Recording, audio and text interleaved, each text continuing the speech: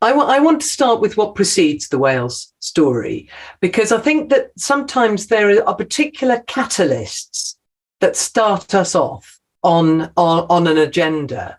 And I think that in the context of where we ended up with the Wellbeing of Future Generations Act, in many ways, this was the catalyst. And I don't know how much you use the ecological footprint in New Zealand. I mean, it's very slippery if you want to try and use it in policy making, because it's hypothetical. But actually, if you just think about the area of the globe, land and sea, and you divide it by the human population, and then look at those human populations in each of the countries of the world, we then start to see which countries are behaving as though we had more than one planet at our disposal.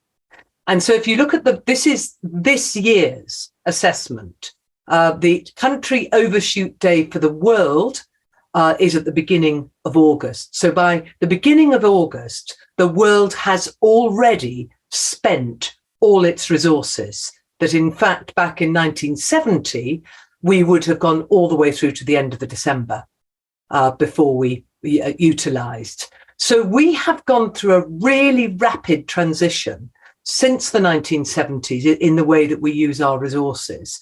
And I just put the two arrows, and I'm going to leave them pretty much without comment. But we have an arrow for you and an arrow for us. And we're both very much on the wrong side of this chart, in the sense that if we were behaving fairly, i.e., if we were not using up more resources than we had available, we would be among the 50 countries which aren't even on this chart at all. India is probably the biggest and wealthiest of those, because sadly, it's also reporting on effectively on countries' poverty. So those countries which are only using up a quarter of a planet when we're using up 3 or 4, where Qatar's using 8 or more. You know, we are talking about a single planet. And this was probably in many ways the most persuasive chart for me personally, because it's one of those ones you can explain to a 3-year-old. You know, so if you just say, how many planets have we got? And the answer is 1. But we're behaving as though we have many more, and therefore hastening the destruction of the single planet of ours. That for me was a wake-up call. And I just wonder, for all the people on this call, just what will it take to wake us up? And different things will wake us up in different ways. I think the other question I want to put out there is, what is the role of government? Because if we think of government as our current government in the UK, for example, seems to think about it at the moment, which is a government is actually a mechanism to defend borders. It's a defensive role in the context of government. It is defining success by the level to which you exercise control of your borders. And that's been a very strong narrative in the UK. Certainly since the beginning of the Brexit agenda.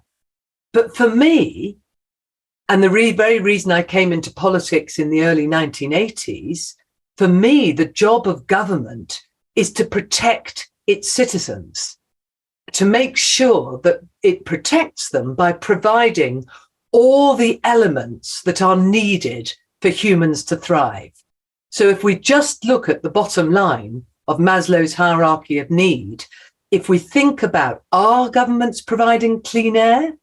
And you look at the pictures of the USA and Canada this week, are they providing water effectively? Not only have we had the most appalling both droughts and floods in our own country. I know you've been through a really torrid time in the context of floods recently, but we're just about to have our largest water company in the UK go into administration. In early June, we've got hosepipe bans in the southeast of England.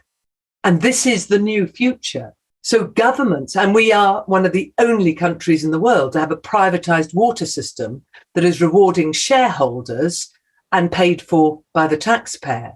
So all these things, which I think are the job of government, that we should have clean air, we should have sufficient water, we shouldn't have in a civilized nation, not have enough food. We should have shelter. And of course, these were the big, for the UK, the post-war visions of food and housing and clean air and clean water in terms of environmental legislation. We should have the right to sleep as well as work. We should be able to afford clothes. And oddly enough, I chose this particular rendition of Maslow's hierarchy of needs because of how shocked I was at the fertility figures across the world at the moment. And so reproduction in terms of a normal mammalian function is absolutely threatened by what we're doing to our air, to our water, to our food. So we have multiple challenges. And how are we going to tackle multiple challenges in linear thinking, which of course is what the sort of take-based economy is all about? So I just wonder, going back to my first question, what is the point at which people will say, actually, enough is enough? We have to shed our fear. We have to give hope, because it's pretty grim out there. It's grim if you're a public servant in any country in the world at the moment. It's grim if you've got a responsibility in terms of providing any of those essential services to people, because they're all under threat for a variety of reasons, not least to do with the climate. But can we actually develop a new, more hopeful agenda that is based on public value? So what we have done in Wales, and I was the inheritor of this as an incoming new National Assembly member in 1999, when the first National Assembly for Wales was created, the first executive for Wales, now a fully fledged government with primary powers, but that also took over a decade. And what was interesting is the Parliament, when it set us up as a new executive, it gave us a duty to promote sustainable development in the exercise of our functions. And I came in as a new member. I didn't know anything about that, but I was incredibly excited about it. And what we did was choose the Brundtland definition of sustainable development. So we chose that definition, which still is the most prevalent definition in the world today, and still my favorite. The idea that we meet the needs of the present, but we don't compromise on the ability of future generations to meet their own needs. So this is not an agenda for future generations. This is an intergenerational agenda about, are we prepared to be less greedy and take more responsibility to look after our generation better, as well as generations yet to come? And I think a lot of people have often asked me, well, how do we have an act? Because the Wellbeing of Future Generations Act came in 2015, but it's the journey from devolution, which is why we have it. So we had that power to make a scheme promoting sustainable development. And we worked really closely with the Sustainable Development Commission, which was this fantastic independent group which serviced all 4 UK governments. But oddly enough, in the incoming Conservative Liberal Democrat government in 2010, the Sustainable Development Commission disappeared. And I still think it was an accident. I think it was one of those consequences of saying that we're not going to have any new non-departmental public bodies unless we get rid of them. And they wanted a new one. And the first one that came up for renewal was the 10-year anniversary of the Sustainable Development Commission. So it went. And it went with a whimper, not a bang. Nobody wanted to get rid of it. It had served all parts of the UK, actually every political party in the UK in doing so. So what I did was establish a Commissioner for Sustainable Futures to give me advice as the minister. But that person was not statutory. And therefore, everything we did through that role was voluntary. But you see on this slide as well that actually this agenda really kicked off in 2009 with One Wales, One Planet, because that was the time when we'd realised that trying to promote sustainable development was not enough. We wanted to make sustainable development the central organising principle of our work, which we did through One Wales, One Planet. What we then found out is that wasn't enough either. And that's what led us to the Wellbeing of Future Generations Act. But the really interesting point, and some of you will know Michael Sheen, our probably most famous living actor at the moment, very, very strongly supportive of Wales and of this agenda, is that everything that you see when I go on to look at the Act in a moment actually started in One Wales, One Planet. So we did all our early consultations on a vision of if we lived in a one planet Wales, we recognised we only had one planet at our disposal, what would it look like? And we worked with the Stockholm Institute at the University of York to look at whether our policies would work with that, etc. So we were really trying to do that, and then found that without a legislative tool, it was not going to be enough. So the genesis was actually set with the people who decided in Parliament to give us a duty to promote sustainable development in everything we did, and didn't give that to Scotland or Northern Ireland. But the learning as we tried to do this stuff, and people kept saying, oh, we can't do it at the moment. We've got foot and mouth. We can't do it at the moment. We've got flooding. And actually, when we look back, it's a bit like the COVID inquiry. When they said, oh, we never planned for COVID because we thought it would be flu. And now the COVID inquiry is underway. They're saying, if only we had planned, we would have managed this better. And I think that's the core message of everything I want to say, is that actually, if you create a pathway to something, you manage it better than if you make short-term reactions. So in one slide, this is the Act. It has 7 goals on the right-hand side. They're linked to the 17 Sustainable Development Goals. So that is the what. What is the Act? It's those 7 goals. But the Act is also really unusual because, as well as the what, on the face of the Act, it has the how. And on the left of this slide, you'll see the 5 ways of working: long-term prevention, collaboration, integration, and involvement.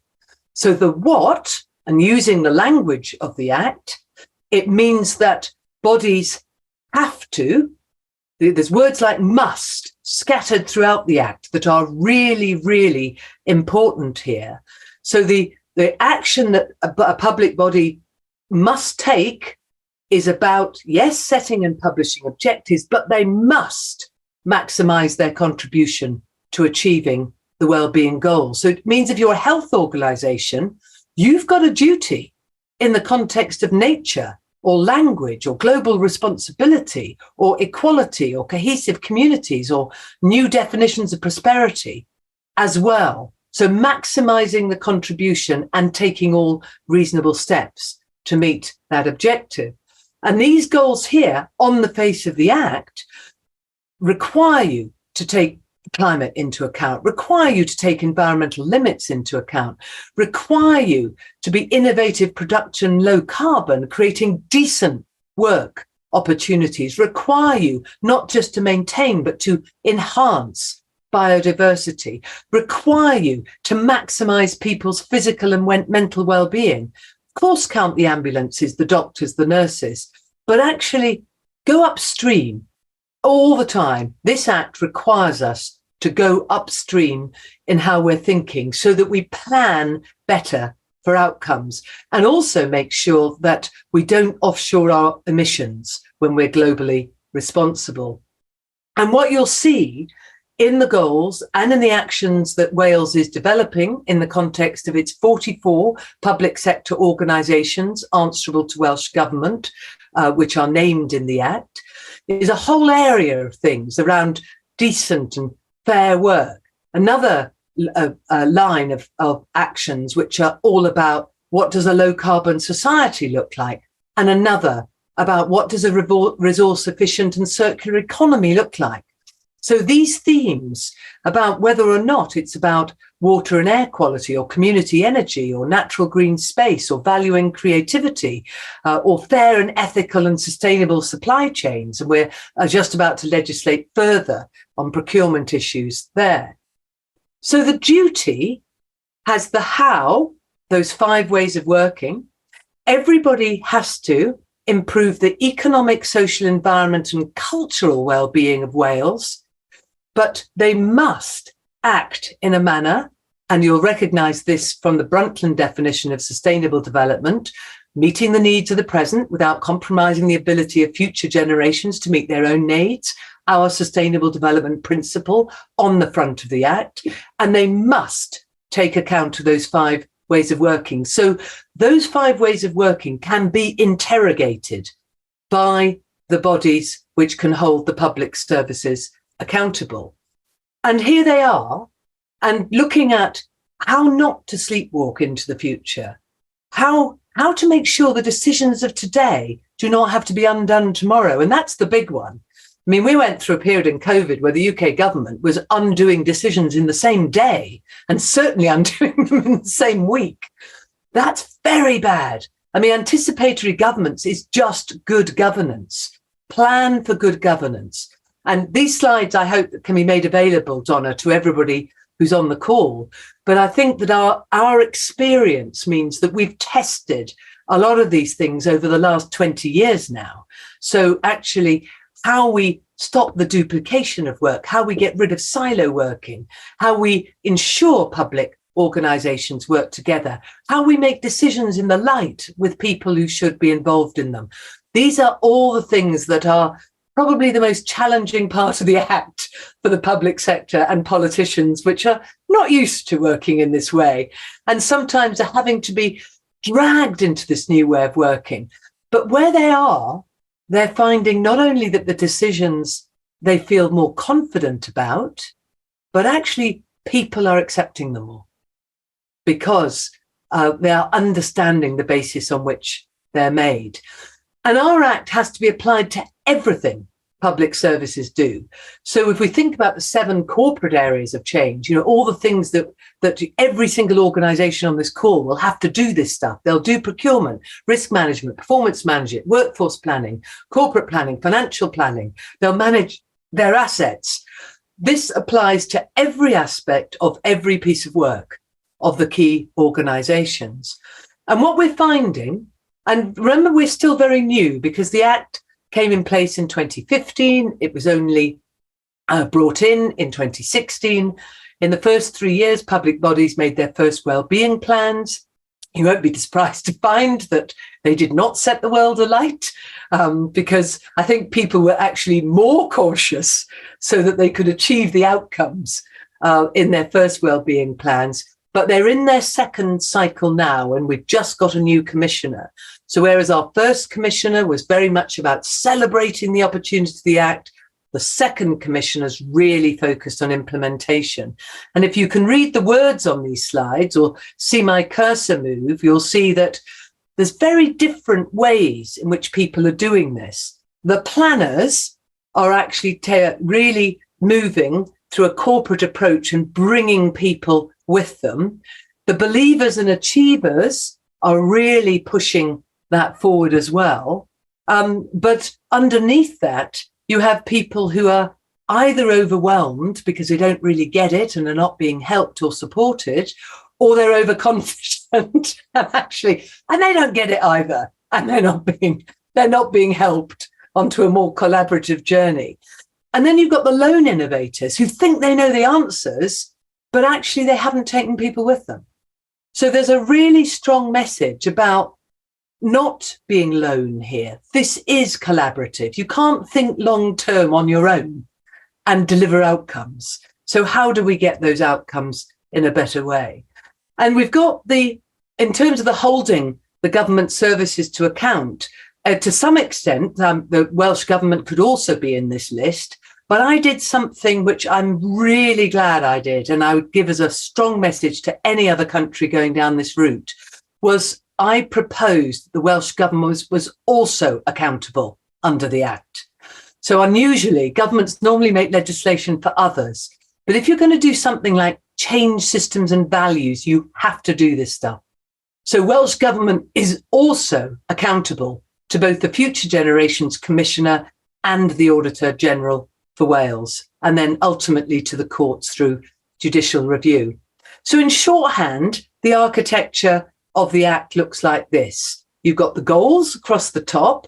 There are a range of other mechanisms, national indicators, which are still being debated, milestones, which are still being agreed, and the future trends report that has to be published by the commissioner before an election, so that actually these really big pieces of work can then carry on informing and actually driving action forward.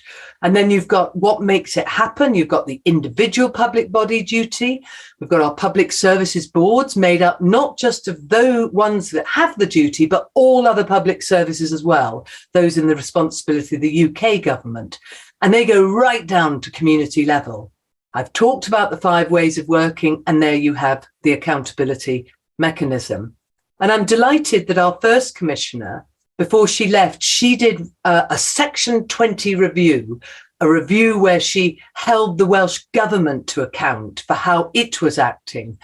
And what was great, I'll get on to the negatives in a minute, but what was great is she did find that actually the success is been about leadership and commitment. What has not yet happened is the embedding of processes. So that needing the leadership, the communication, the constant review, the embedded processes to get this into the DNA of Welsh policymaking is absolutely essential for this to absolutely be at the heart of everything Welsh Government does. And on the left here, you see what the Future Generations Commissioner for Wales, what she identified as an implementation gap, resourcing. Because as this is the overarching public value system, it must be resourced appropriately. And actually, it's getting people to understand that it's not complicating a complex landscape. It's actually enabling a public value framework to drive the landscape. But people still in 2022 were feeling it was another complication that had to be managed. And making sure, and what she also found was that the current performance and regulatory frameworks were driving progress in the wrong areas. Now, you'll know about this because every single country has elements of this. And having a brief read through your Productivity Commission report, you see the same sort of things going on about if we want to achieve outcomes here, we have to make sure our performance and regulatory frameworks drive progress in the right areas. And you'll see that the Auditor General also identified some of the similar things. Short-term funding cycles is also particularly important. But I think that issue around risk appetite is probably at the heart of the fact that if we have a new values framework, our appetite for risk will be different, but our appetite for which risks will be completely different. We take the wrong risks because those risks currently are driving us into further problems. And there is I know that since you're considering this in the context of the work that Jonathan will talk about shortly, thought it was useful to lay out what our commissioner can and can't do. Very deliberately, for me, the commissioner at this stage is a critical friend. Because if we had another commissioner that had mandatory powers of penalty, then the opportunity, the permission to think differently, to make the million flowers bloom would be curtailed because people would be in tick box territory. And I'm very happy to have this conversation because I'd absolutely stand by that. And I think now most of Wales would stand by that in the context of saying that we're still on a learning curve.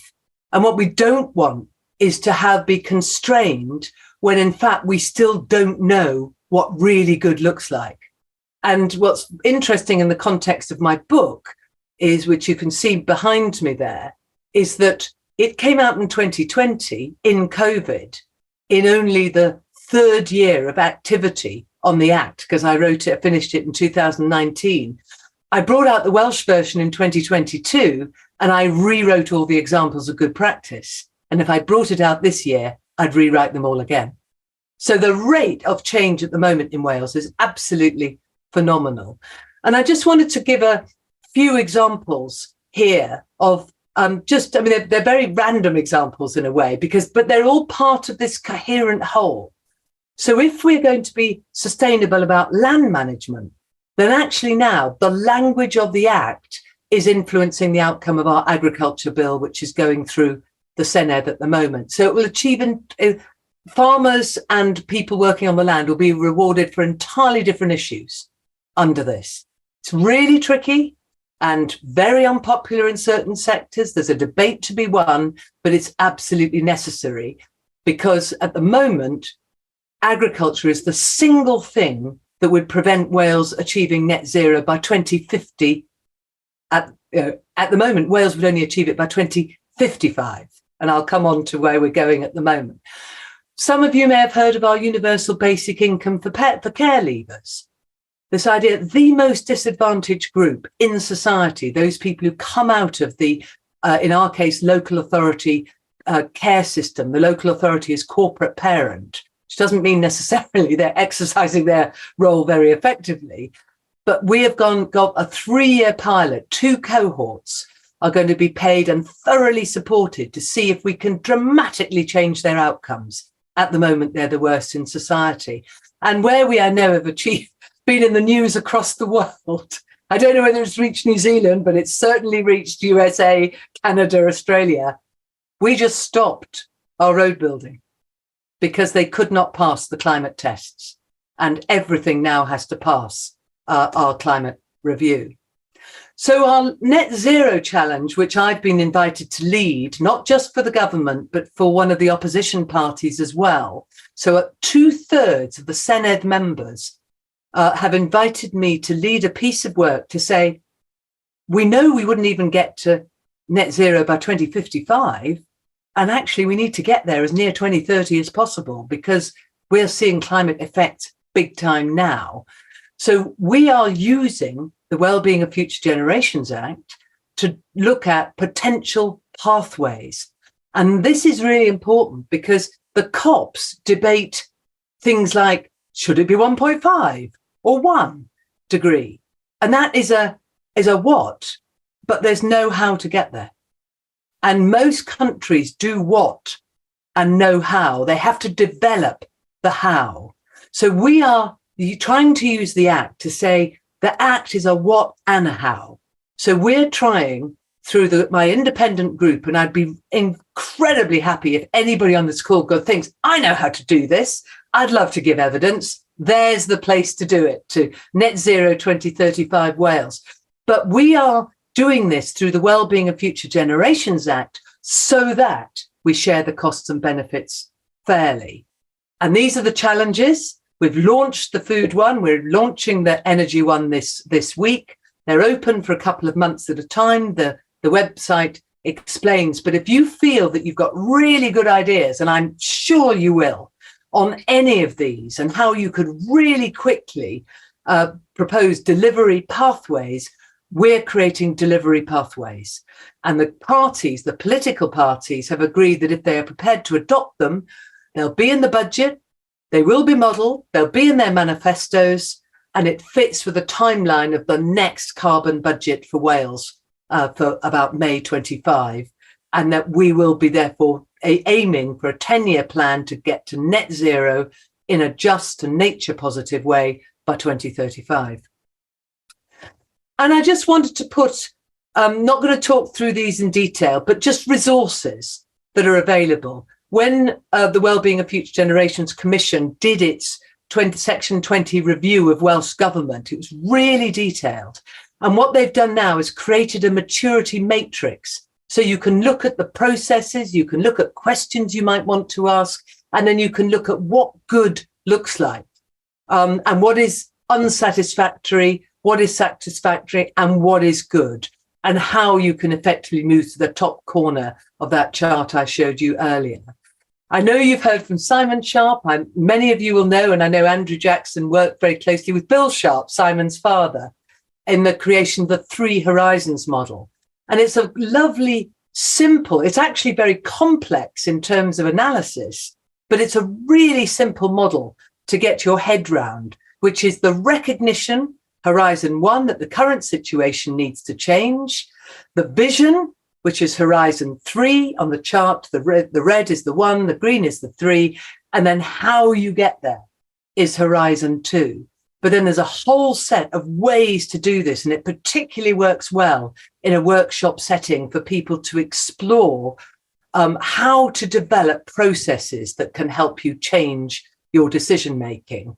And we in Wales have developed a One Planet standard, and we've made it open source. So you can align yourselves with what a One Planet organization looks like. And if you want to have that tested with a bronze, silver or gold challenge, we've teamed up with a very experienced assessment modeler to actually enable people to do that. And we're just piloting those at the moment. So I'll just finish with my favorite systems thinker, Donella Meadows. And I think we have to, I just think that this extract from Limits to Growth in 1972, when she thought that when she showed governments were exceeding the Earth's capacity to regenerate, that ecological footprint I started with, that governments would go, oh, thank you very much, and change their behavior. Now, not only they haven't, but they have deliberately turned their back on doing so. And that's all governments that operate traditional economic values. But I think this is so wise. If the world, for all practical purposes, have no limits, then everybody just extracts as much as they want. And the human economy will move beyond limits. And the result is collapse. And of course, we're starting to see what collapse looks like. Still peripheral, but I don't want it for my children and grandchildren. I think we've got to fight for us and them. The one that worries me most, and this is where we are at the moment, the limits are real and there's not enough time. So people don't feel that they can be moderate or responsible or compassionate. They feel they've got to extract as much as they can now. And that's what's happening with the energy crisis. That's what's happening. And yet that is exactly that short-term proposition that will undermine the ability of people you love to have a decent future, and people I love too. So everybody should really be thinking before they make those decisions. But that is what we're seeing.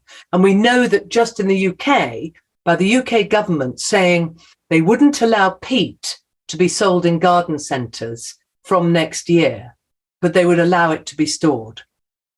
And basically the amount of peat that has been taken out of Ireland has been the largest ever as a result. Because, of course, those garden centres will want to sell peat for the next 10 years. And the UK government has put a loophole in that Wales hasn't and Scotland hasn't.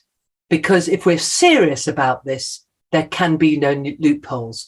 We have to assume the limits are real and close. And they really are, because if we want to keep the world at 1.5 degrees, we're going to hit that by the end of this month. If we haven't hit it already, then there's no time to waste. But we have to believe there are enough of us who care enough to take the action necessary. And this is about us doing unto future generations what you would have had past generations do unto you. Now, those of us who are the baby boomers, we had it. The post-war generation did that for us. What are we going to do for others? And what I'm delighted to say in closing is, this is now an agenda where I'm actually working with 18 countries across the world. Because since the UN decided to adopt something similar to the Wales model and the idea of a special envoy for future generations and asking people to report. But I think the key thing that's driving this is actually all the members of the UN signed up to deliver on Sustainable Development Goals by 2030. And as Donna said in the introduction, Wales is still the only country that has a legal mechanism to do that. And we're not even a member state. So I think there's a massive interest in this now. So can we turn this moment into a movement? Diolch yn fawr iawn. Thank you. Thanks so much, Jane. So many of the themes that you've talked about really resonate with me and are certainly relevant to the work that we're doing at the moment. So if I just pick up on a couple, I mean, your point at the beginning around the catalyst, that for me was something that was really, when I read Carlota Perez's work around when you're moving in through different technological revolutions, the importance of redefining what the new good life is. To me, the work that you're doing is redefining what the new good life looks like for Wales. So that's amazing. So reframing values, the collaboration, the leadership, not just the regulation, but the process and the implementation. And the work around the conceptual frameworks for me is really interesting. So thank you so much. I'm sure there'll be a lot of questions. There's a couple in the chat at the moment, or in the Q&A. So if you have any, please do remember to put them in there. But I'm just going to hand over to Jonathan now and let him kick off. Thank you, Jonathan. Well, thank you very much, Jane, for a brilliant presentation, and thank you very much for the tremendous work you've been doing over a long period now in the interests of sustainable development, both in Wales but also more broadly internationally. In the few minutes that I've got, and I will endeavour to be brief because I think it's really important that we have time to talk through the material that Jane has presented.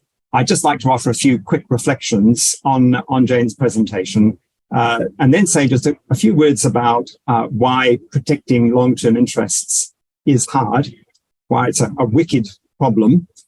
Note the issue of long problems like climate change, and then just offer a quick perspective on the different ways in which we can seek to protect long-term interests, including reference to the Productivity Commission's recent report, A Fair Chance for All. And I will be going through this very briefly, very happy to elaborate in question time. One of the quotes I like most of the many about the future is Al Gore's statement, "The future whispers while the present shouts." The future whispers while the present shouts. And this is a fundamental sort of intertemporal problem. Future generations don't have a voice. They can't protect their interests. Unless we protect their interests, there is no one else to do so. And Jane, I'd just like to really commend, your extraordinary efforts over recent decades to ensure that the future is not merely whispering, but is shouting loud and clear about the changes that humanity needs to make in order to have a secure, stable, and sustainable future. So, just before we go to this, a few just quick comments on Jane's presentation. Can I say, having spent a little bit of time in Cardiff, talking to the staff in the office of the Future Generations Commissioner, talking to the former Commissioner Sophie Howe, talking on various occasions to Jane and to officials in the Welsh Government, can I say that I'm really impressed with the framework that you have developed in Wales, Jane. I think the legislation has a great deal to commend it. The focus on the what, the well-being goals, the focus on the how, the very clear commitment to a strong sustainability principle as articulated by the Brookman Commission 30 plus years ago. I think the requirements in the legislation to require all the Welsh public bodies to do everything they can to achieve the goals of the legislation. That is very important. So you've not just got sort of goals and principles for working, but also a clear duty to act, and that duty is also placed on the Welsh Government. There's also a range of elements in the legislation that I think are very positive. The requirement for regular setting of objectives and targets, regular reporting, the future trends report that's required to be produced, and so on. So many positive elements, and I just really commend you on that. Obviously, as we think about the Welsh legislation in relation to New Zealand, we already have elements of the Welsh model. We have requirements, for example, in the Public Finance Act for the Treasury to produce periodic wellbeing reports. We have requirements for responsible fiscal management also in the Public Finance Act. We have new requirements in the Public Service Act for government departments to produce long-term insight briefings on a periodic basis. We have also provisions in that legislation for chief executives to exercise stewardship responsibilities. We have provisions in the Local Government Act for the production of long-term plans. We have requirements for 30-year infrastructure strategies and investment statements and so on. But it's pretty clear that the framework we have at the moment has not been good enough, because New Zealand has not been doing well environmentally, socially, or indeed economically, and we've not been making the transitions that we need to make in terms of decarbonisation and the move to a much more circular economy. We've not been doing that. So I think a key sort of point arising out of your presentation, Jane, is that we need to be learning from other jurisdictions. Our current framework isn't delivering the sorts of results that we would like, and therefore we need to review it. Just turning very briefly to a few other sort of comments. I think as we think about the challenge of protecting long-term interests, we need to recognize that we're dealing with a wicked problem, if not a series of wicked problems. There are multiple reasons why protecting long-term interests is hard, and I've just listed some of those here. We have ethical issues and tensions, including the intergenerational tensions. We have the human condition, which unfortunately tends to lead us to a degree of self-interest and myopia, a whole lot of cognitive biases which prevent us from recognizing some of the things we need to in order to protect long-term interests. We've got the ongoing problem of uncertainty. We've got collective action problems. We've got geopolitical tensions. We've got a whole raft of politically salient asymmetries which tend to reinforce a kind of status quo bias or presentist bias. We have institutional issues. We have analytical conceptual frameworks that tend to reinforce the present rather than the future. And we have a whole series of problems that are sometimes called slow problems, creeping problems, or long problems. These are problems which are ongoing rather than sort of short term. They're problems where there's typically a lengthy temporal gap between the causes and their full effects, which means that you often have a situation of the outcomes being out of sight and out of mind for a long time, but because they're out of sight and out of mind, they lack the political salience to ensure that governments address them. Climate change is a classic example. Loss of biodiversity is another. Many environmental problems indeed have these characteristics, but not just environmental problems. So one of the challenges I think we need to ensure we address in any framework for protecting long-term interests is to ensure that we give adequate focus to these long problems or creeping problems or slow problems. And sadly, most governments around the world have not done that very well. As we think about protecting long-term interests, could I just say there's no one right way, in my view. This is a wicked problem. We need multiple levers, all sort of pulling in the same direction to try and help us alleviate the problem. I don't think we ever will completely solve the problem, but certainly to alleviate the various problems we have in this domain. And I've just listed here some of the strategies, if you like, that governments can pursue and indeed are pursuing. Of the elements here, Jane, are incorporated into your legislative framework. So in many ways, the Welsh legislation, the Wellbeing of Future Generations Wales Act, is a series of commitment devices, both procedural and substantive. You have a commitment to sustainable development, and you have various means of achieving that commitment, which are essentially different types of commitment devices. You've sought to embed the future in your policy frameworks and tools, and you mentioned embeddedness. I think that's absolutely crucial. We have to bring the long term into short-term focus at every level of government and every agency of government through a variety of tools and frameworks and mechanisms, so that the long run is not just sort of an added extra. It's there at the table when decisions are being made all the time.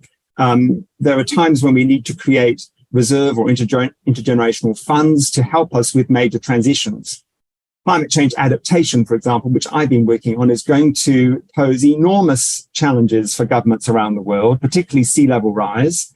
And New Zealand, like Wales, has long coasts. We're going to have to move large numbers of people out of harm's way, and that's going to be very expensive and very difficult. And there are times when you can see a problem, you can anticipate it. This is about anticipating governance. You can see a problem coming. You say, right, how are we going to ensure we have the resources to meet that challenge in the future?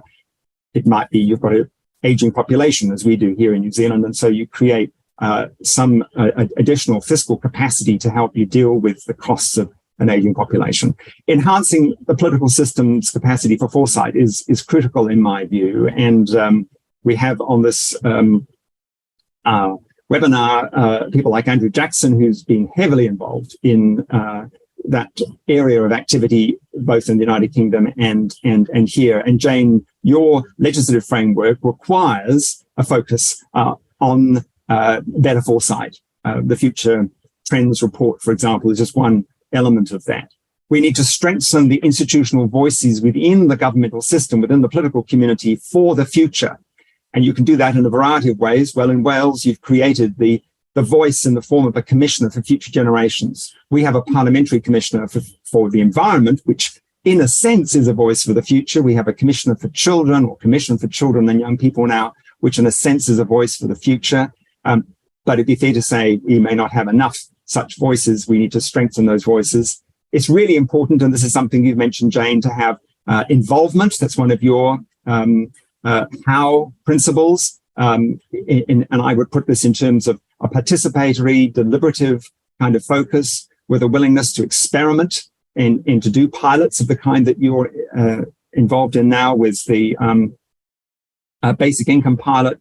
And somehow we need to transform the political culture of our nations and regions and so on, so that we can facilitate the kind of durable political bargains that we need in order to address these really big intergeneration issues like climate change, biodiversity loss, and so on, and to ensure that we give sufficient attention to long problems, creeping problems, and so forth. And that's really hard. I don't pretend it's easy. The Productivity Commission here in New Zealand, as many listeners will be aware, has recently produced a report called A Fair Chance for All. It's looking specifically at the challenge of persistent disadvantage, exclusion, poverty, and so forth. It notes that there are many causes of that, and it offers a series of recommendations to address the challenge of persistent disadvantage. One of those, and at the bottom of that slide, is the idea of enacting a Wellbeing of Future Generations Act here, drawing on the Welsh experience, not identical, but certainly drawing on the Welsh experience, and establishing a parliamentary commissioner for future generations. And I'd just like to make a few very quick comments about that proposal before we close. In the report of the Productivity Commission, recommendation 7 spells out the kinds of functions that a commissioner for future generations might undertake. I'm not going to go through all those, but many of them are connected to the responsibilities of the Commissioner for Future Generations in Wales. Key point to mention here is that the proposal is for an advisory body rather than a body with mandatory powers. And secondly, that it's a parliamentary commissioner, so an officer of parliament, which is the most independent kind of entity you can create in the New Zealand governmental system.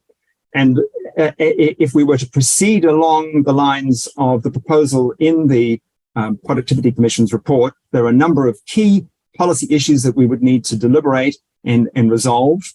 One of them is that around institutional design. Should this proposed office be a parliamentary commission or not? And secondly, should it be a commissioner sole, one commissioner, as in Wales, as in our Parliamentary Commissioner for the Environment, or would it be better to have a multi-member commission of the kind, Jane, that you had with the Sustainability Commission, Sustainable Development Commission, I should say, 15 years ago in the United Kingdom, at least as I understand it. A second key issue, aside from the institutional design, would be the precise advisory roles. And in that context, just how a new commissioner for future generations or commission for future generations would interconnect with the existing bodies that we have that have significant responsibilities for the future, such as the Climate Change Commission, the Parliamentary Commissioner for the Environment, the Retirement Commissioner, the Infrastructure Commission, and so on. Some people might say, well, surely we've got enough bodies at the moment. It might be actually better to integrate some of these rather than create a new body. I would say in response to that, we certainly need, in my view, to give serious attention to the proposals in the Productivity Commission's report. But the key issue here must be to think very carefully about how we can best design an institutional framework which provides powerful voice to protect long-term interests. So just to conclude, as Jane has highlighted, humanity faces extraordinary, indeed unprecedented policy challenges at the moment. These are urgent, and we need to make very significant transitions. Unfortunately, around the world, it's pretty clear that both democratic and non-democratic governments have strong incentives to focus on the short run rather than the long run. We've witnessed this in New Zealand, particularly in the last 6 months. We should recognize that safeguarding long-term interest requires a multi-pronged approach. We need to kind of pull every lever and use every tool in the trade that we can draw upon in order to protect long-term interests. And that we need to think very carefully in New Zealand context about what we can learn from the Welsh experience. So I'll finish there and look forward to the discussion. Thank you very much.